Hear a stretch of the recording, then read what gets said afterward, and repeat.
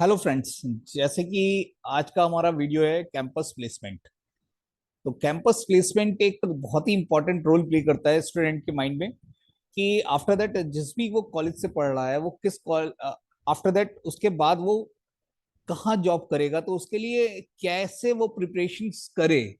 तो उस पे आज हमने ये नया वीडियो अपना डिजाइन करा है, effective way to prepare for campus placement. हालांकि हर स्टूडेंट कॉलेज जाता है, वो देखता है कॉलेज कैंपस को विजिट करता है, तभी वो एडमिशन लेता है कि वहां से उसको प्लेस्ड हो जाएगा वो। आई थिंक तभी वो बढ़िया से बढ़िया इंस्टीट्यूशंस में जाके अपनी स्टडीज करता है।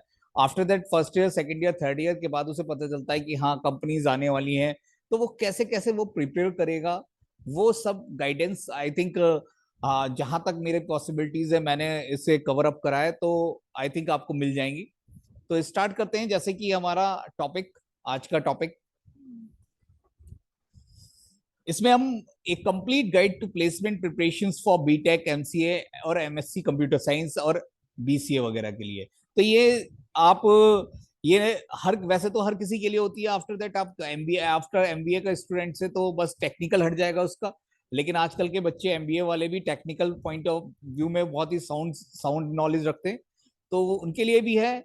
वैसे ही प्रिपरेशंस करनी होती है, वैसे ही उन्हें भी नॉलेज गेन करनी होती है।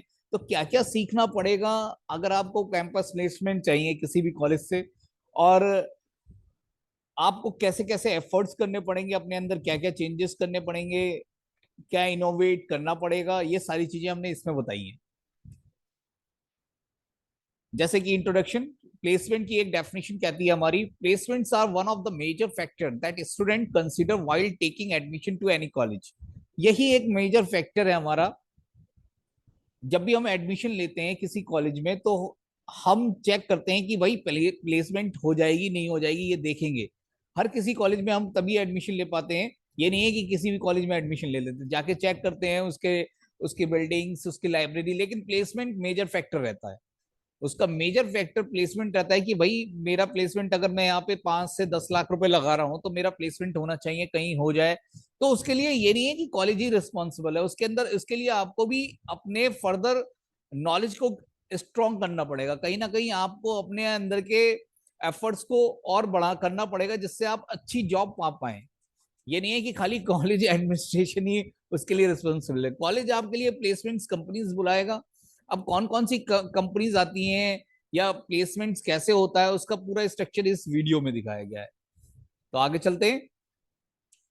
एक लाइन बहुत बढ़िया है इंडियन मूवी की, थ्री इडियट, आपने सभी ने देखी होगी, बहुत अच्छी मूवी थी।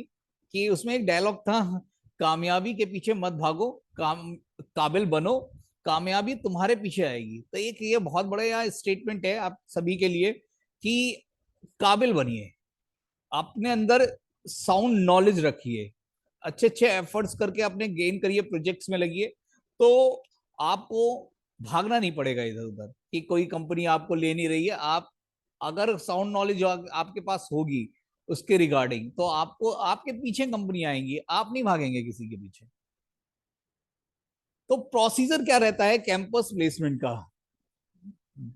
one of the best way you can prepare for a campus placement is by knowing about the complete procedure। आपको उसका पूरा प्रोसीजर पता होना चाहिए, कंपनी का प्लेसमेंट कैसे होता है, क्या क्या आपको स्टार्टअप करना पड़ता है, क्या क्या आपको पढ़ना पड़ेगा, कहते कौन कौन सी नॉलेज आपको गेन करनी पड़ेगी, आफ्टर दैट एग्जाम्स में आपका क्या क्या आएगा। तो here is the most common procedure for campus placement क्या है। तो हमने कैंपस प्लेसमेंट्स के रिगार्डिंग हमने उसको कैटेगराइज करा है सबसे पहले कि कैसे कैसे कैंपस प्लेसमेंट होता है। तो अगर हम देखें, मेनली टू टाइप्स का कैंपस प्लेसमेंट होता है, और भी होते हैं वैसे, तो मैंने दो पे फोकस करा है बहुत ही। या तो आप अगर कैंपस के अंदर है, यानी कि ऑन कैंपस, और second is off campus. On campus और ऑफ कैंपस में डिफरेंस यही होता है कि ऑन कैंपस का मतलब ये हो गया कि आप कॉलेज के स्टूडेंट हैं, और ऑफ कैंपस आप कॉलेज के स्टूडेंट नहीं है, बाहर के स्टूडेंट है। तो दो तरीके से कैंपस प्लेसमेंट होता है। फर्दर डेफिनेशन देख लीजिएगा। On campus placement drives recruiting companies are officially invited to on the college campus, यानी कॉलेज उन्हें इनवाइट करता है, और उसके बाद उसका इंटरव्यू कंडक्ट कराए जाते हैं। और वो जो सिलेक्शन क्राइटेरिया, इंटरव्यूज जो सिलेक्शन क्राइटेरिया रखते हैं कंपनी का, वो वहां पे बताया जाता है स्टूडेंट्स को। और उसमें टेक्निकल एबिलिटीज एंड स्टूडेंट्स की नॉलेज है वो चेक करी जाती है और उसके बेस पे वो उसे फाइनलाइज करती है। तो बहुत ही सिंपल होता है ऑन कैंपस प्लेसमेंट, यानी कि मतलब कंपनी आपके कॉलेज में आ रही है, वो अपने बारे में भी बताएगी और सारा रोल मॉडल बताएगी कैसे कैसे प्लेस करना है, यानी कि कॉलेज वाले की रिस्पॉन्सिबिलिटी होती है कि कंपनी को बुलाएं। और बहुत सारे कॉलेज ऐसे कैंपस प्लेसमेंट्स के लिए कंपनी बहुत सारे बुलाते हैं, बहुत सारे एफर्ट्स करते हैं, ऐसे कंपनी नहीं आती है, बहुत सारे एफर्ट्स करने पड़ते हैं तब कंपनी कॉलेज कैंपस में आती है। तो ये तो हो गया ऑन कैंपस प्लेसमेंट्स। अगर हम बात करें ऑफ कैंपस प्लेसमेंट की, क्या होता है?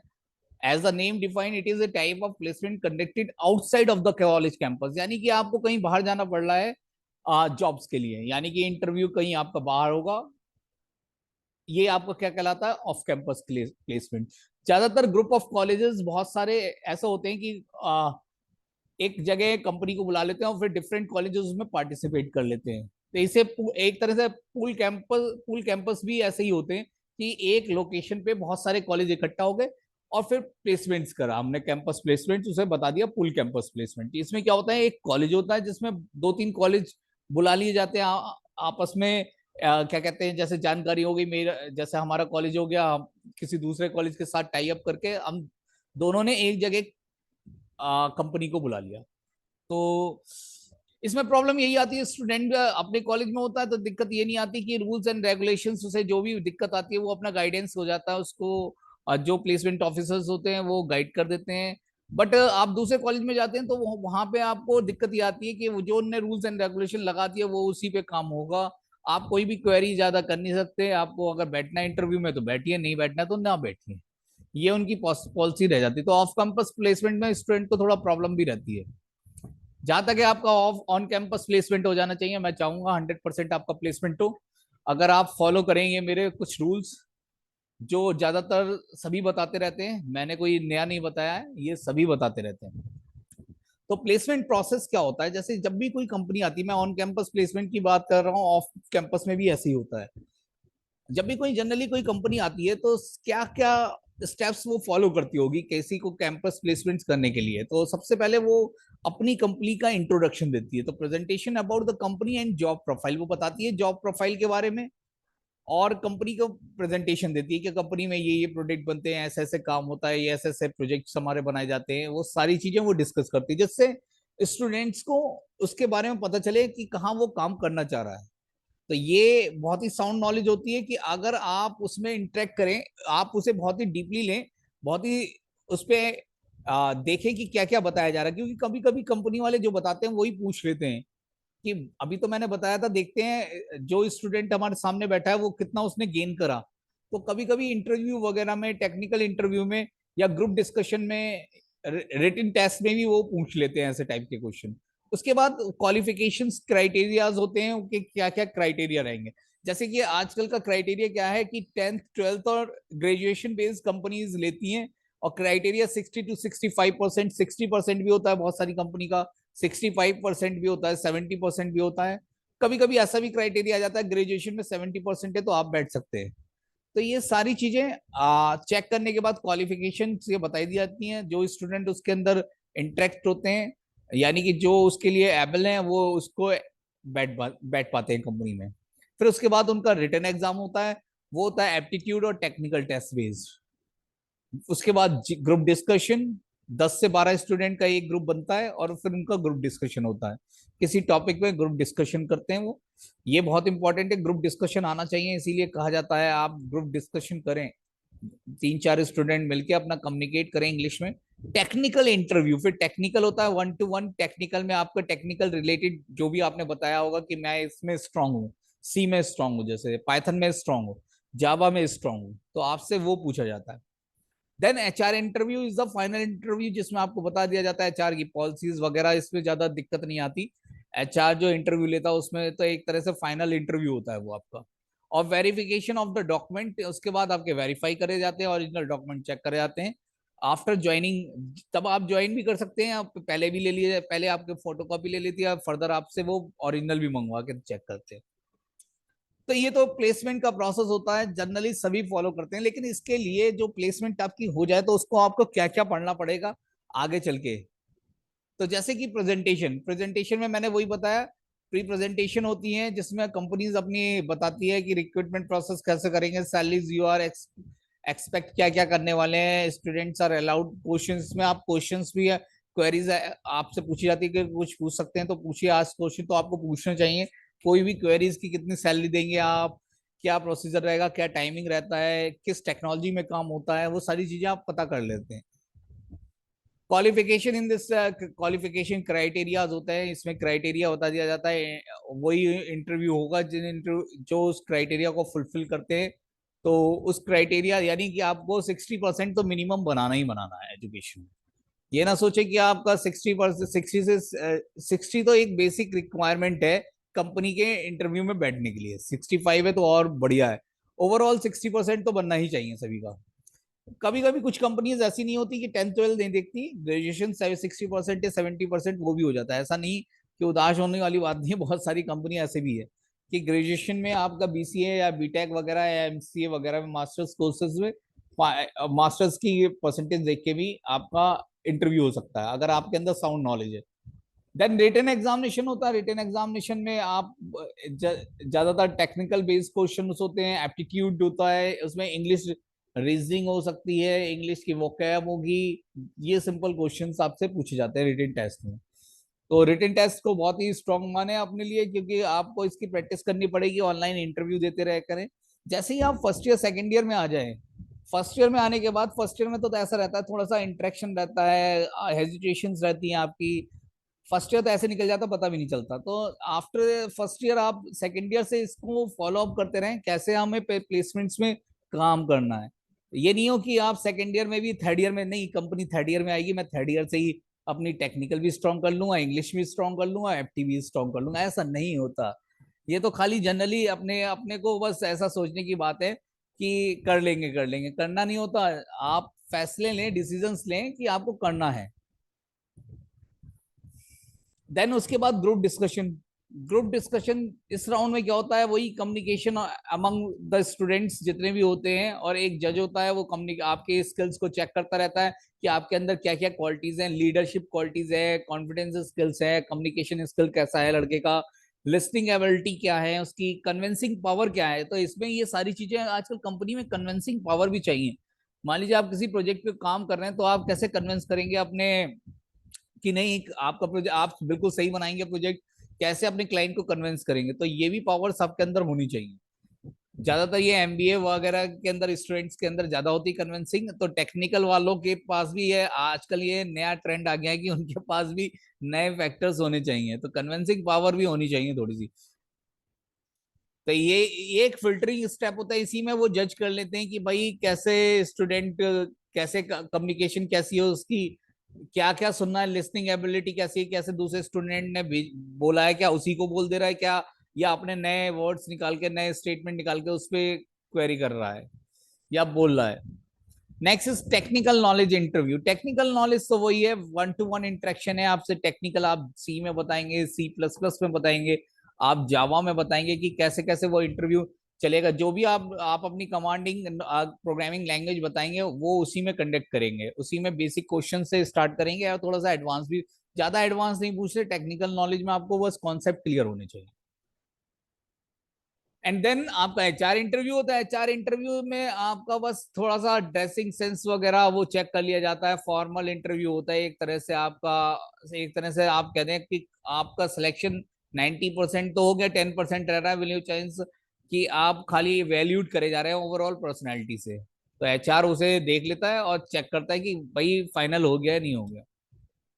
एंड देन डिस्कशन कि आप फाइनल कर दिए जा रहे हैं, आपका ज्वाइनिंग प्रोसेस क्या होता है, सब चीजें आपको बता दी जाती है, आपको सब चीजों के बारे में कंपनी ऑफर लेटर वगैरह आपको दे देगी।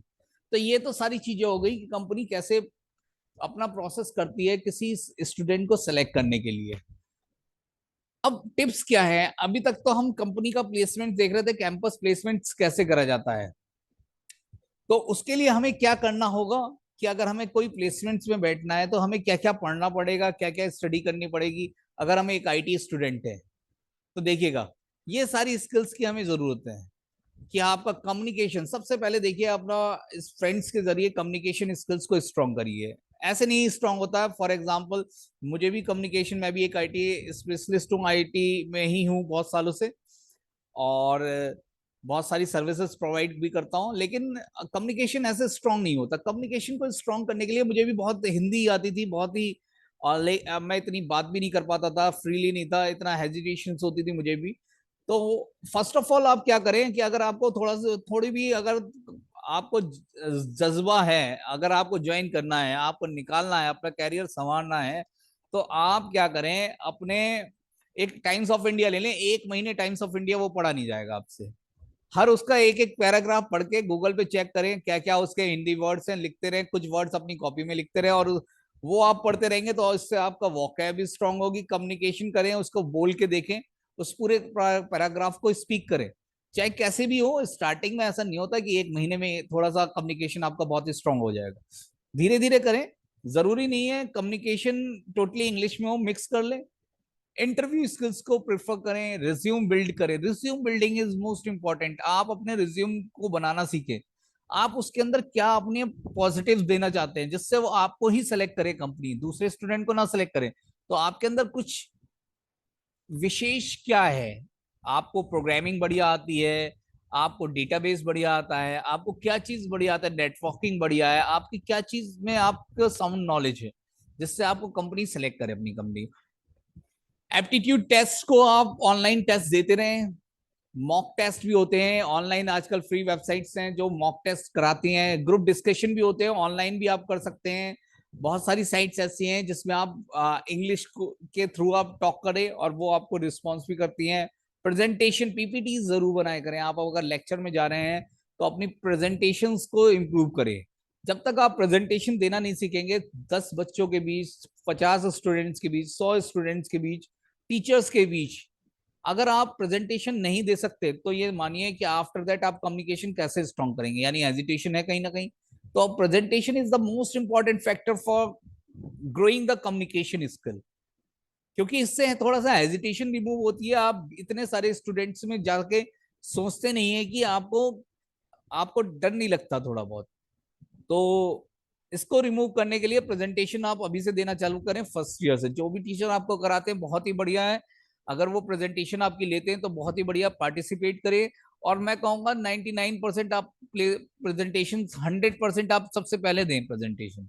और ऐसी प्रेजेंटेशन थोड़ा तैयार करें, देख के तैयार करें, क्या दिक्कत है, देख के बोले। जरूरी नहीं, थोड़ी ना है कि आप खाली वैसे ही क्या कहते हैं, बिना देखे ही बोलना है। आपको देख के बोलना है प्रेजेंटेशन, ऐसा कोई दिक्कत नहीं। पीपीटी प्रेजेंटेशन बना लें।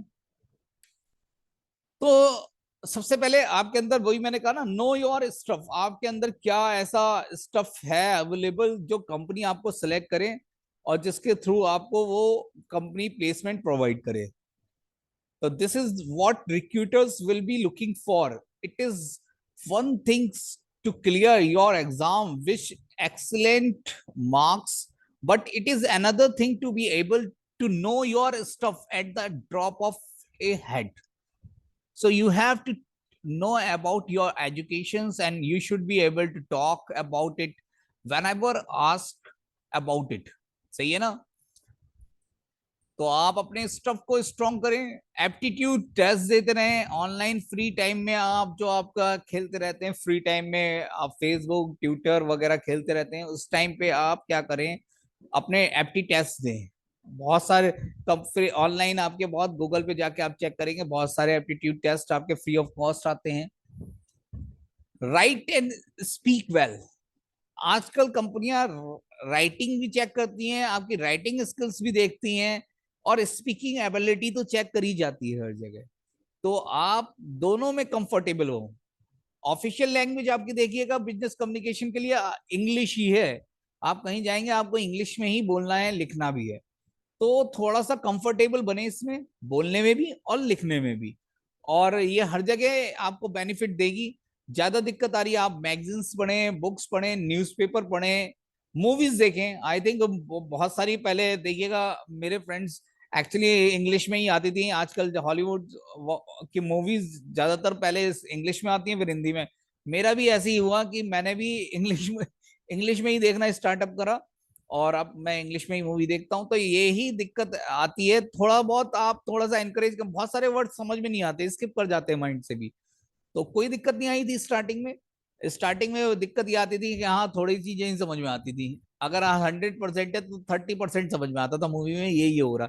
बस पिक्चर से आइडेंटिफाई धीरे धीरे करके वो आइडेंटिफिकेशन और ज्यादा होता रहता है। 70, 80, 90 और फिर आपको 100% आपको बहुत बढ़िया तरीके से आपको हिंदी अच्छी भी नहीं, फिर हिंदी मूवीज आप देखना बंद कर देंगे, इंग्लिश मूवी देखे करेंगे। Then brush up your technical knowledge, आप अपनी टेक्निकल नॉलेज पे ब्रश अप मार लें, क्योंकि जैसे ही कंपनी प्लेसमेंट्स होगा आपके टेक्निकल क्वेरीज होंगी।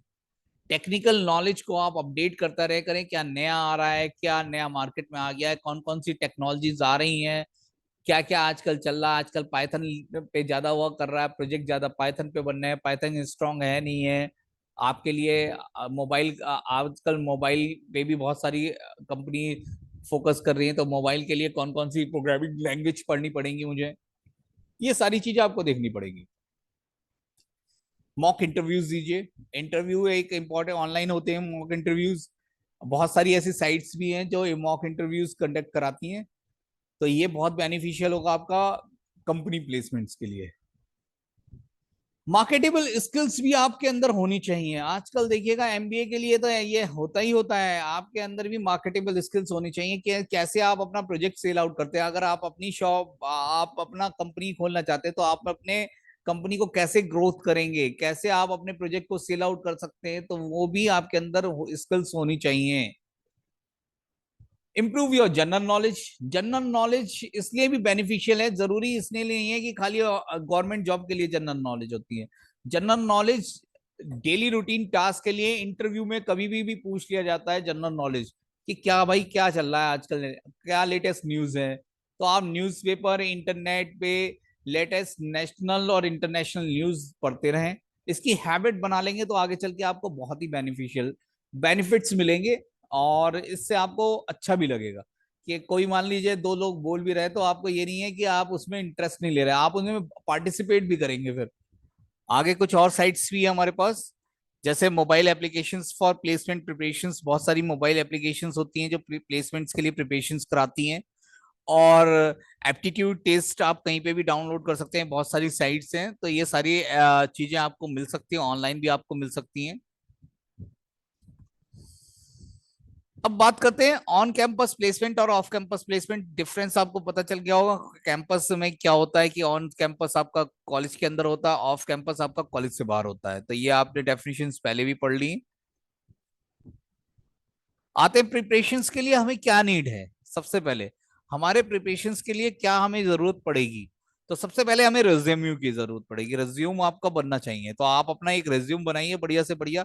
ऑनलाइन चेक करिए, ऑनलाइन आपको बहुत सारे रिज्यूम्स मिलेंगे, जिसमें आपको बहुत सारी इंफॉर्मेशन आपको देनी पड़ेगी। आपको एक सीवी एक तरह से तैयार कर लेना, रिज्यूम।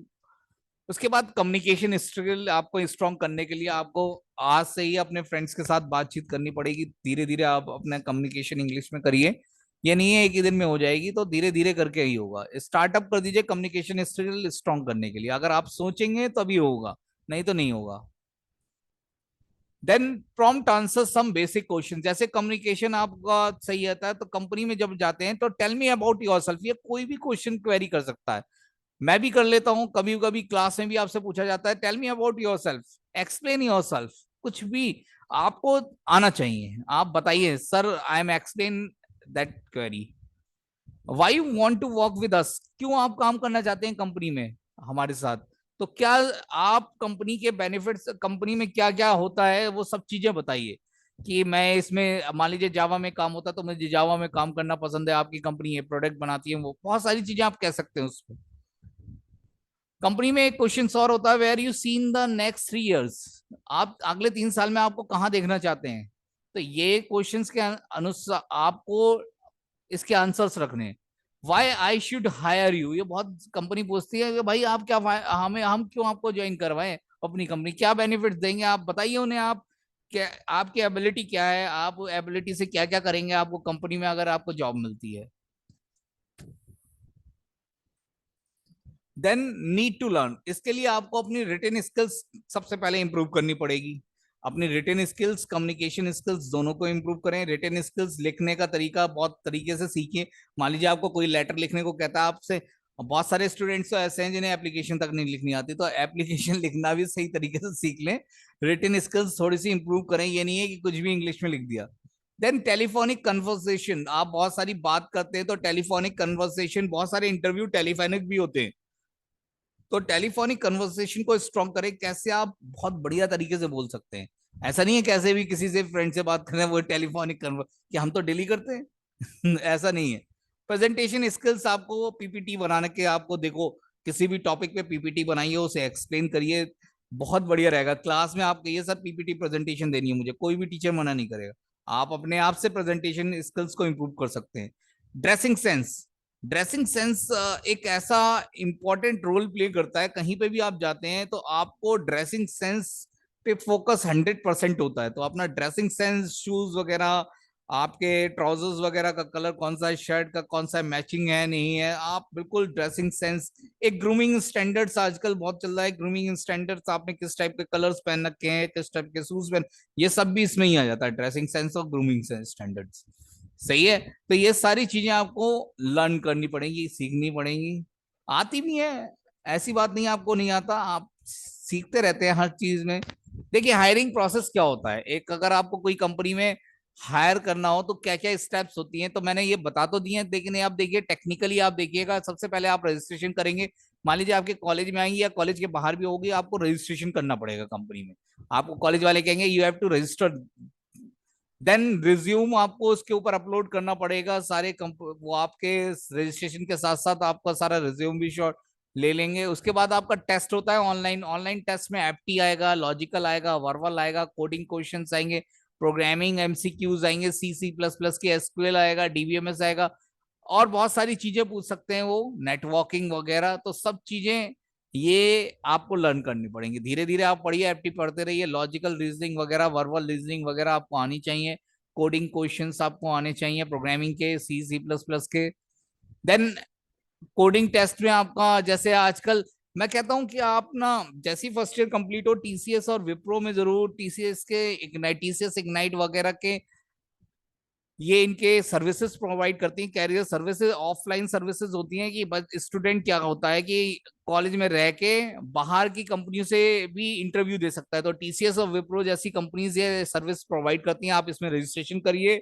वो आपको क्या कहते हैं, बहुत सारी स्टेप्स से आपको क्वेरीज करेंगे, एप्टीट्यूड टेस्ट लेंगे, आपके रीजनिंग टेस्ट लेंगे, मैथमेटिकल टेस्ट लेंगे, और उसके बाद if you are qualified that test then आपको इंटरव्यू के लिए बुलाया जाएगा। तो वो एक ऑफलाइन कैंपस की तरह काम करता है, और आप ऑनलाइन इसमें सारी चीजें करते रहते हैं, तो ये भी बहुत आप ज्वाइन कर सकते हैं। इसके लिए लिंक्स आपको प्रोवाइड कर दिए जाएंगे, ग्रुप्स पे भी भेज दिया जाएगा। टेक्निकल इंटरव्यूज, टेक्निकल इंटरव्यूज होता है फिर आपका कि आप किस प्रोजेक्ट पे काम कर रहे हैं। देखिए आप अगर फाइनल ईयर के स्टूडेंट्स हैं तो आपको एक प्रोजेक्ट बनाने को मिलता है, बीसीए में भी और एमसीए वगैरह में, बीटेक में भी। तो आप या इंटर्नशिप प्रोग्राम करते हैं तो आप किस पे काम कर रहे हैं, अगर आप किस पे प्रोजेक्ट बना रहे हैं, तो ये बहुत जरूरी है। आप उसमें उसमें क्या लैंग्वेज यूज करिए, यानी कि कौन सा फ्रंट एंड है, कौन सा बैक एंड है, आपको इसके बारे में क्या नॉलेज है, इसमें कौन कौन से आपने मॉड्यूल डिजाइन करे, क्या क्या मॉड्यूल आपको आते हैं, किस किस की कोडिंग आपने करी, सारी चीजें आपको पता होनी चाहिए। तो टेक्निकल इंटरव्यू में ये सब पूछा जाता है। एंड एचआर इंटरव्यू में तो आपका जस्ट लाइक आपका थोड़ा सा एक तरह से कहते हैं स्ट्रेस बेस्ड क्वेश्चन, कैसे आप स्ट्रेस तो नहीं है, आपको ऐसा क्वेश्चन दे दिया कि आप थोड़ा सा क्या कहते हैं हेजिटेट महसूस करें, कॉर्पोरेट एथिक्स के बारे में बताया जाएगा, बिजनेस एथिक्स के बारे में बताया जाएगा, ये सब पूछ भी लिया जाएगा, कुछ बताया भी जाएगा, दोनों चीजें होती हैं चार इंटरव्यू। फिर सिलेक्शन एंड देन आपका वेरिफिकेशन हो जाता है, ऑफर रोल आउट। तो ये सारा प्रोसेस आपका कंपनी बेस्ड रहता है। तो आई थिंक आपको बहुत चीजें सीखने को मिलेंगी इस हायरिंग प्रोसेस से। एडिशनल स्किल्स क्या आपको डेवलप करनी है, तो आपको इंटरव्यू पजल्स वगैरह पे फोकस करना चाहिए। कॉम्पिटिटिव कोडिंग्स के क्वेश्चंस आपको मिलेंगे, डेटा स्ट्रक्चर एंड एल्गोरिथम पे आप काम करें, डेटा स्ट्रक्चर को पढ़ें। कॉम्पिटिटिव कोडिंग्स आपको नेट पे मिल जाएंगी। डिजिटल स्किल्स आपको सीखनी पड़ेंगी, कैसे आप मार्केटिंग स्किल्स डेवलप करेंगे। मोस्ट आस्क्ड टेक्निकल क्वेश्चंस, कौन कौन से क्वेश्चंस एट रैंडमली पहुंचे जाते हैं, ये सब यूट्यूब पे पढ़ा है, आप सब चीजें देख सकते हैं, आप उससे गाइडेंस लें और अपने आप को डेवलप करें। देन कोडिंग तो आपका बहुत ही इंपॉर्टेंट रोल प्ले करता है, कोडिंग तो आपको पढ़नी पड़ेगी, चाहे एमसीक्यू बेस्ड आपको कोडिंग आपको पूरी पढ़नी पड़ेगी। एमसीक्यू बहुत सारी साइट्स पे एमसीक्यू अवेलेबल है, देख सकते हैं ऑनलाइन और ऑफलाइन दोनों ही। C plus plus Java Python, ये सारी आपको कोडिंग स्किल्स आपको आनी चाहिए। इसके एमसीक्यूज जहां पे भी मिल जाए उसे आप सॉल्व करना स्टार्ट कर दे, क्योंकि आजकल जमाना है machine learning, artificial intelligence, cyber security, NLP और डीप लर्निंग। तो डिजिटल टेक्नोलॉजी में आपको कोई ना कोई टेक्नोलॉजी तो आपको पढ़ना पड़ेगा। आफ्टर दैट आजकल machine learning, artificial intelligence, cyber security जो हमेशा से ही एक इम्पोर्टेंट सब्जेक्ट रहा है, इथिकल हैकिंग, ये हमेशा से ही बने रहेंगे और आगे तक चलेंगे। तो आपको इनमें से कोई ना कोई टेक्नोलॉजी आपको पढ़नी पड़ेगी, सॉफ्ट कंप्यूटिंग जैसे, just like that. And then आप देखेंगे अपने आप को कौन कौन सी इनमें से किसी कंपनी में आपका प्लेसमेंट हो सकता है। जैसे कॉग्निजेंट हो गई, Apple, TCS, IBM, Wipro, Infosys, Microsoft, Nokia, शीशाब कॉर्नर, ये सब आपके बहुत बढ़िया कंपनियां, एसेंचर, जिनमें हम चाहते हैं L&T, हम चाहते हैं कि हमारा प्लेसमेंट इन कंपनीज में हो। तो फोकस करना पड़ेगा प्रोग्रामिंग लैंग्वेज पे, डीवीएमएस लैंग्वेज पे, software engineering, web development, net, computer network, operating system, इन सभी पे आपको फोकस करना पड़ेगा बढ़िया से। और अच्छी तरीके से जब आप फोकस कर लेंगे, देन आपको कोई ना कोई बेस्ट जॉब आपको मिलेगी। तो कैंपस प्लेसमेंट में आप बन सकते हैं web developer, network administrator, technical analyst, blockchain developer, cloud architect, IT business analyst, software consultant, cyber security expert, mobile app developer, जो बहुत बढ़िया चल रहे हैं आजकल मार्केट में, डेटा एनालिस्ट। तो कैरियर आफ्टर कंप्लीटिंग, ये सारा आपका कैरियर है, फुल स्टैक डेवलपर बन जाए, वेब डिजाइन डेवलपर बन जाए, नेटवर्क मैनेजर, तो ये सारी चीजें आपकी आफ्टर दैट आपको मिलेंगी। आप इसमें जा सकते हैं, लेकिन स्टार्टअप के लिए आपको कोई ना कोई लैंग्वेज को कमांड करिए, आईओटी और and data science, mobile app, ये सब आपको आफ्टर दैट मिलेगा। क्या होता है फुल स्टैक डेवलपर्स वगैरह, ये आप पढ़ लेना। Web design developer, web designer क्या होते हैं, वेब डिजाइन कैसे करा जाएगा, नेटवर्क एडमिन क्या काम करेगा, सॉफ्टवेयर टेस्टिंग क्या होती है, टेस्टिंग में अगर आप जाना चाहते हैं तो टेस्टिंग बहुत ही इंपॉर्टेंट रोल है, हर किसी जगह टेस्टिंग की जरूरत होती है, चाहे आप छोटी से छोटी जगह ले ले, टेस्टिंग जरूर होगी। ईआरपी डेवलपर, सीआरएम वगैरह, ये सैप वगैरह बहुत आता है, एसएपी, नेटवर्क सिक्योरिटी की जॉब्स बहुत निकलती हैं, IoT and data science, and mobile app, and UI and slash UX, user x, to sum up. तो देखिए, आपने देखा कि इतनी सारी जॉब्स आपको मिल सकती हैं, लेकिन आपको एफर्ट्स करने पड़ेंगे। ऐसा नहीं है कि आप बिना एफर्ट्स कर ही जॉब पा लें। बहुत सारे ऐसे स्टूडेंट होते भी हैं जो सोचने लग जाते हैं, लेकिन आफ्टर 1-2 ईयर्स के बाद निकाल दिए जाते हैं कि कंपनी सैलरी कब तक प्रोवाइड कर सकती है सोर्स वाले को भी, वो यही एक 1-1.5 साल तक। 1-1.5 साल तक उसका बेस्ट पीरियड चलता है, वो एंजॉय करता रहता है और काम कुछ नहीं करता है। आफ्टर दैट वो भी निकाल दिया जाता है। कंपनी में वही रुक सकता है जो काम करने जानता है और काम कर सकता है। तो यही है, to sum up, campus placement is one of the most important step in your career. Good placement can mean that you start at a great salary in a company where you will learn a lot. Therefore, make use of all the information given above the and prepare for your campus placement. Be confident and be positive, and you are sure do well. तो मुझे भी thank you कहना पड़ेगा। Hopefully आपको बहुत कुछ समझ में आया हो। नहीं भी अगर नहीं आता कोई बात नहीं, मैं फिर से बेस्ट वीडियो बनाने की अपनी कोशिश करूंगा। और आई थिंक आपको अच्छा लगा होगा।